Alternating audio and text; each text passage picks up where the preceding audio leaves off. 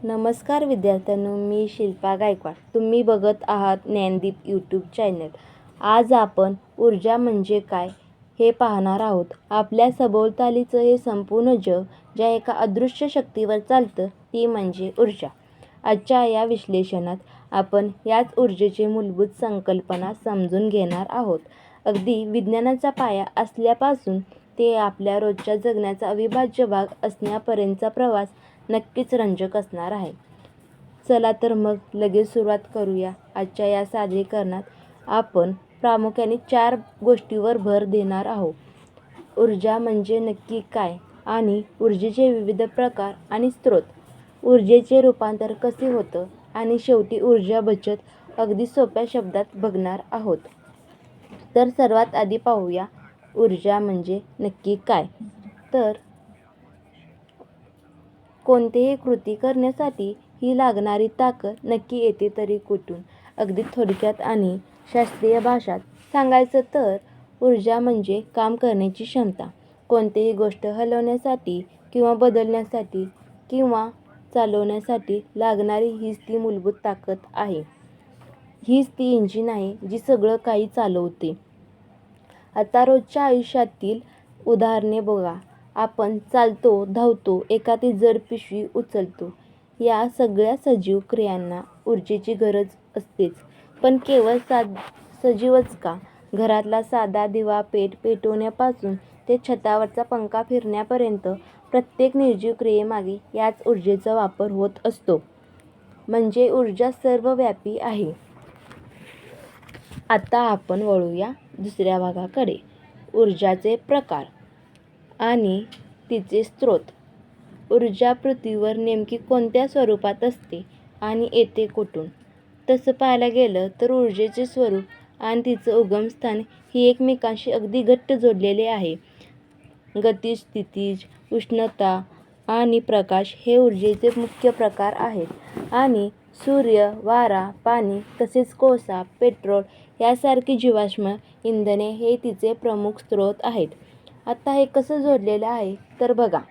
सूर्यापासून आपल्याला थेट उष्णता आणि प्रकाश मिळतो. वाऱ्याची गती आणि वाहत्या पाण्याचा वापर करून आपण गतिज ऊर्जेतून वीज निर्मिती करतो. तर कोळसा आणि पेट्रोलसारखे स्रोत ज्वलनाद्वारे आपल्याला उष्णता देतात. हे सगळं एक प्रचंड मोठं चक्र आहे. यानंतरचा आपला तिसरा आणि अत्यंत महत्त्वाचा मुद्दा आहे ऊर्जेचे रूपांतर. ऊर्जेचे रूपांतर सर्वात मोठं आणि भारी वैशिष्ट्य आहे. म्हणजे ती कधीही नष्ट होत नाही. ती फक्त एका रूपातून दुसऱ्या रूपात बदलत असते. याचं अगदी आपल्या ओळखीचं उदाहरण म्हणजे विजेचे प्रवास. जेव्हा आपण भिंतीवरचा बटन चालू करतो तेव्हा क्षणात काय होतं? विद्युत ऊर्जेची रूपांतर लगेच प्रकाश ऊर्जेत होते आणि बल्ब लख्ख पेटतं. हा बदल इतक्या वेगाने होतं की ते आपल्याला जाणवतही नाही. पण हेच ते अदृश्य प्रवासाचे ऊर्जेचे उत्तम उदाहरण आहे. रूपांतरचा आणि एक आधुनिक आणि भन्नाट प्रवास म्हणजेच सौर ऊर्जा.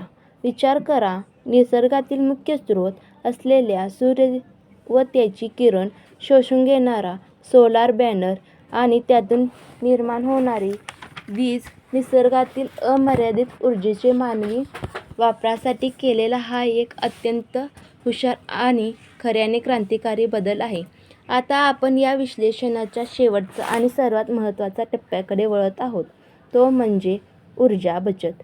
विज्ञानाकडून आता आपण एक अत्यंत गरजेच्या सामूहिक जबाबदारीकडे आलो आहोत. येथे साहजिकच एक प्रश्न पडतो, ऊर्जा नक्की का महत्त्वाची आहे? आपण रोजच्या जगण्यात ऊर्जेचा वापर इतका सहज करतो की मग ती वाचवण्यासाठी एवढा गांभीर्याने विचार करण्याची काळाची गरज का बनली आहे? त्याची खरं तर 3 अतिशय गंभीर कारणे आहेत. पहिलं म्हणजे कोळसा आणि पेट्रोलसारखी मर्यादित नैसर्गिक साधने वाचवणे. कारण ती एकदा का संपली की ते पुन्हा निर्माण व्हायला अक्षरशः लाखो वर्षे लागतात. दुसरं म्हणजे या अवाढव्य ऊर्जा वापरामुळे होणारा प्रदूषण रोखून आपल्याला पर्यावरणाचं रक्षण करणं. आणि तिसरं अर्थातच आपल्या येणाऱ्या पिढ्यांसाठी थोडी तरी ऊर्जा शिल्लक ठेवणं. मग आपण रोजच्या जीवनात ही ऊर्जा कशी वाचवू शकतो? अतिशय सोपी आहे, पण प्रभावी उपाय आहे. न वापरता चालू असलेले दिवे आणि पंखे लगेच बंद करण्यासाठी सवय लागून घेणं. सध्या बल्बऐवजी कमी वीज खाणारे LED बल्ब वापरणं. शक्य तिथे सौर ऊर्जेचा वापर करणं आणि इंधन वाचवण्यासाठी खाजगी वाहनांचा वापर टाळणं. हे बदल आपल्याला अगदी छोटे वाटतात, पण ते एकत्रितपणे खूप मोठं आणि सकारात्मक परिणाम साधतात.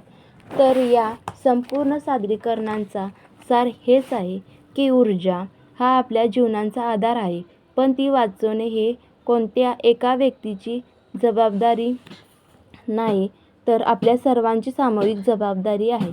आपण या निसर्गाचे एक भाग आहोत, त्यामुळे ही अमूल्य संपत्ती जपणे ही आपल्या सर्वांची कर्तव्य आहे. आणि म्हणूनच ऊर्जा वाचवा व भविष्य घडवा ही एक केवळ घोषवाक्य नसून ती एक तातडीची कृती बनली आहे. आज आपण वाचवलेली ऊर्जा उद्याच्या सुरक्षित भविष्याची नांदी ठरणार आहे. पण जाता जाता एकच विचार करा, आपल्या रोजच्या जगण्यातील अशी एक सवय आपण आजच बदलणार आहोत, जी भविष्यात येऊ पाहणाऱ्या ऊर्जा संकटाला रोखू शकेल. याच महत्त्वाच्या प्रश्नासोबत आजच हे विश्लेषण येथेच थांबवूया. धन्यवाद.